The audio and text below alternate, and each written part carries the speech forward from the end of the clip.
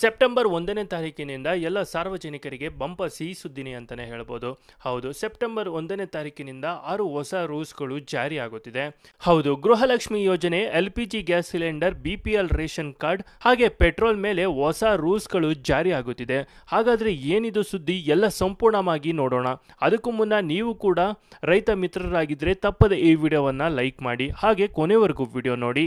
ಕರ್ನಾಟಕ ರಾಜ್ಯದ ಎಲ್ಲ ಸಾರ್ವಜನಿಕರಿಗೆ ಇದೇ ಸೆಪ್ಟೆಂಬರ್ 1ರಿಂದ 6 ಹೊಸ ರೂಲ್ಸ್ ಜಾರಿ. ರಾಜ್ಯದ ಪ್ರತಿಯೊಬ್ಬರ ಮೇಲೆ ಕೂಡ ಇದೇ ಸೆಪ್ಟೆಂಬರ್ 1ರಿಂದ ಹೊಸ ನಿಯಮಗಳು ಜಾರಿಯಾಗಲಿದ್ದು, ಈ ಹೊಸ ಬದಲಾವಣೆಗಳು ಇದೇ ಸೆಪ್ಟೆಂಬರ್ 1ರಿಂದ ಅನ್ವಯವಾಗುತ್ತವೆ. ಯಾರ ಬಳಿ ಬ್ಯಾಂಕ್ ಅಕೌಂಟ್ ಇದೆಯೋ ಅವರಿಗೂ ಕೂಡ ಮತ್ತು ಮನೆಯಲ್ಲಿ LPG ಗ್ಯಾಸ್ ಸಿಲಿಂಡರ್ ಇದ್ದವರಿಗೆ, ಆಧಾರ್ ಕಾರ್ಡ್ ಇದ್ದವರಿಗೆ ಮತ್ತು ಇನ್ನೂ ಕೂಡ ಸಾಕಷ್ಟು ಹೊಸ ರೂಲ್ಸ್ಗಳು ಜಾರಿಗೊಳಿಸಲಾಗ್ತಾ ಇದ್ದು, ಇದೇ ಸೆಪ್ಟೆಂಬರ್ 1ರಿಂದ ಅನೇಕ ರೀತಿಯ ಬದಲಾವಣೆಗಳು ಆಗಲಿವೆ. ಬನ್ನಿ, ಇದೇ ಸೆಪ್ಟೆಂಬರ್ 1ರಿಂದ 6 ಹೊಸ ರೂಲ್ಸ್ ಜಾರಿಯಾಗಲಿದ್ದು ಯಾವ್ಯಾವು ಅನ್ನೋದನ್ನ ಕಂಪ್ಲೀಟ್ ಆಗಿ ನೋಡೋಣ. ನೋಡುವ ಮೊದಲು ತಪ್ಪದೆ ಈ ವಿಡಿಯೋವನ್ನ ಈಗಲೇ ಲೈಕ್ ಮಾಡಿ. ಆಗಸ್ಟ್ ತಿಂಗಳು ಕೊನೆಗೊಳ್ಳಲು ಕೆಲವೇ ದಿನಗಳು ಬಾಕಿ ಉಳಿದಿವೆ. ಅಂತಹ ಪರಿಸ್ಥಿತಿಯಲ್ಲಿ ಹೊಸ ತಿಂಗಳಿನಿಂದ ಅನೇಕ ಪ್ರಮುಖ ಬದಲಾವಣೆಗಳು ಕಂಡುಬರುತ್ತವೆ. ಇದು ಸಾಮಾನ್ಯ ಜನರ ಜೇಬಿನ ಮೇಲೆ ನೇರವಾಗಿ ಪರಿಣಾಮ ಬೀರುತ್ತೆ. ಸೆಪ್ಟೆಂಬರ್ 1ರಿಂದ ಕೆಲವು ವಿಶೇಷ ಬದಲಾವಣೆಗಳು ಇರಲಿವೆ. ಇದು ನಿಮ್ಮ ಜೇಬಿನ ಮೇಲೆ ಪರಿಣಾಮ ಬೀರುತ್ತೆ. ಈ ಬದಲಾವಣೆಗಳು LPG ಗ್ಯಾಸ್ ಸಿಲಿಂಡರ್ಗಳ ಬೆಲೆಯಿಂದ ಹಿಡಿದು ಕ್ರೆಡಿಟ್ ಕಾರ್ಡ್ಗಳ ನಿಯಮಗಳವರೆಗೆ ಇರುತ್ತೆ. ಅಲ್ಲದೆ ತುಟ್ಟಿ ಭತ್ಯೆಗೆ ಸಂಬಂಧಿಸಿದಂತೆ ಸರ್ಕಾರಿ ನೌಕರರಿಗೆ ವಿಶೇಷ ಪ್ರಕಟಣೆಗಳು ಇರಬಹುದು. ಸೆಪ್ಟೆಂಬರ್ ತಿಂಗಳಲ್ಲಿ ಯಾವ ಬದಲಾವಣೆಗಳು ಸಂಭವಿಸಬಹುದು ಮತ್ತು ಅದು ನಿಮ್ಮ ಜೇಬಿನ ಮೇಲೆ ಎಷ್ಟು ಪರಿಣಾಮ ಬೀರುತ್ತೆ ಎಂದು ತಿಳಿಯೋಣ. LPG ಸಿಲಿಂಡರ್ ಬೆಲೆ.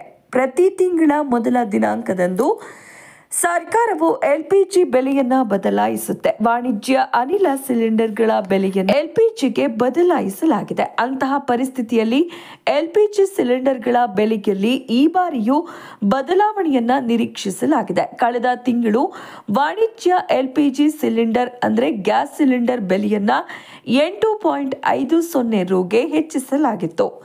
ಜುಲೈನಲ್ಲಿ ಅದರ ಬೆಲೆಯನ್ನ 30 ರುಗೆ ಇಳಿಸಲಾಗಿತ್ತು. ATF ಮತ್ತು CNG PNG ದರಗಳು.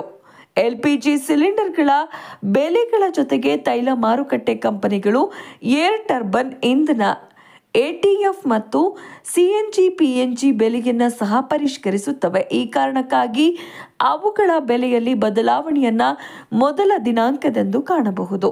ನಕಲಿ ಕರೆಗಳಿಗೆ ಸಂಬಂಧಿಸಿದ ನಿಯಮ. ಸೆಪ್ಟೆಂಬರ್ 1ರಿಂದ ನಕಲಿ ಕರೆಗಳು ಮತ್ತು ಸಂದೇಶಗಳನ್ನು ನಿಗ್ರಹಿಸಬಹುದು. ನಕಲಿ ಕರೆಗಳು ಮತ್ತು ನಕಲಿ ಸಂದೇಶಗಳನ್ನು ನಿಗ್ರಹಿಸಲು ಟ್ರಾಯ್ ಟೆಲಿಕಾಂ ಕಂಪನಿಗಳಿಗೆ ಸೂಚನೆ ನೀಡಿದೆ. ಇದಕ್ಕಾಗಿ ಟ್ರಾಯ್ ಕಟ್ಟುನಿಟ್ಟಿನ ಮಾರ್ಗಸೂಚಿ ಹೊರಡಿಸಿದೆ.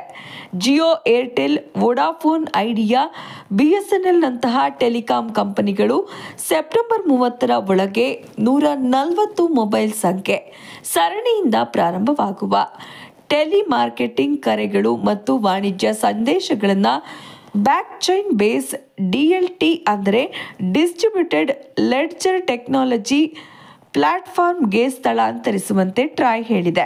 ಸೆಪ್ಟೆಂಬರ್ 1ರಿಂದ ನಕಲಿ ಕರೆಗಳನ್ನು ನಿಲ್ಲಿಸಲಾಗುವುದು ಎಂದು ನಿರೀಕ್ಷಿಸಲಾಗಿದೆ. ಕ್ರೆಡಿಟ್ ಕಾರ್ಡ್ ನಿಯಮಗಳು.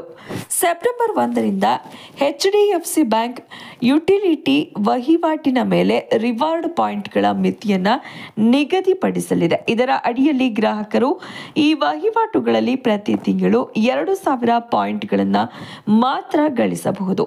ಥರ್ಡ್ ಪಾರ್ಟಿ ಅಪ್ಲಿಕೇಶನ್ನಿಂದ ಶೈಕ್ಷಣಿಕ ಪಾವತಿ ಮಾಡುವವರಿಗೆ HDFC ಬ್ಯಾಂಕ್ ಯಾವುದೇ ಬಹುಮಾನಗಳನ್ನು ನೀಡೋದಿಲ್ಲ. ಸೆಪ್ಟೆಂಬರ್ 2024ರಿಂದ IDFC ಫಸ್ಟ್ ಬ್ಯಾಂಕ್ ಕ್ರೆಡಿಟ್ ಕಾರ್ಡ್ನಲ್ಲಿ ಪಾವತಿಸಬೇಕಾದ ಕನಿಷ್ಠ ಮೊತ್ತವನ್ನು ಕಡಿಮೆ ಮಾಡುತ್ತೆ.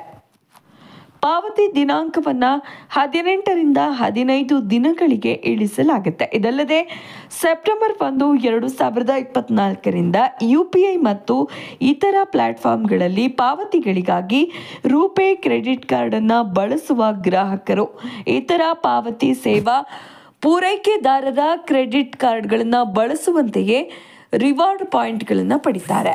ತುಟ್ಟಿ ಭತ್ಯೆ ಸೆಪ್ಟೆಂಬರ್ನಲ್ಲಿ ಕೇಂದ್ರ ಸರ್ಕಾರಿ ನೌಕರರಿಗೆ ದೊಡ್ಡ ಘೋಷಣೆ ಮಾಡುವ ಸಾಧ್ಯತೆ ಇದೆ. ಸರ್ಕಾರವು ನೌಕರರಿಗೆ 3% ತುಟ್ಟಿ ಭತ್ಯೆಯನ್ನು ಹೆಚ್ಚಿಸಬಹುದು ಎಂದು ನಿರೀಕ್ಷಿಸಲಾಗಿದೆ. ಪ್ರಸ್ತುತ ಸರ್ಕಾರಿ ನೌಕರರಿಗೆ 50% ತುಟ್ಟಿ ಭತ್ಯೆ ಡಿಎ ನೀಡಲಾಗ್ತಾ ಇದ್ದು 3% ಹೆಚ್ಚಳದ ನಂತರ ಇದು 53% ಇರುತ್ತೆ.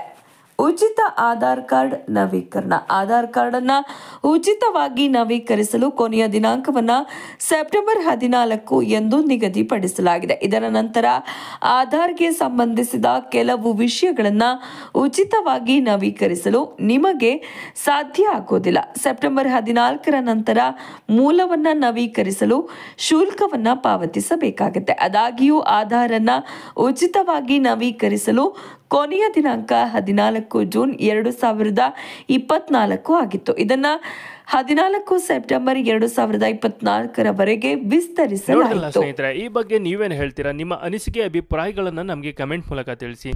ಹಾಗೆ ಈ ವಿಡಿಯೋವನ್ನು ಒಬ್ಬರಿಗಾದರೂ ಶೇರ್ ಮಾಡಿ ನಮಗೆ ಸಪೋರ್ಟ್ ಮಾಡಿ. ಧನ್ಯವಾದಗಳು. ಶುಭ ದಿನ.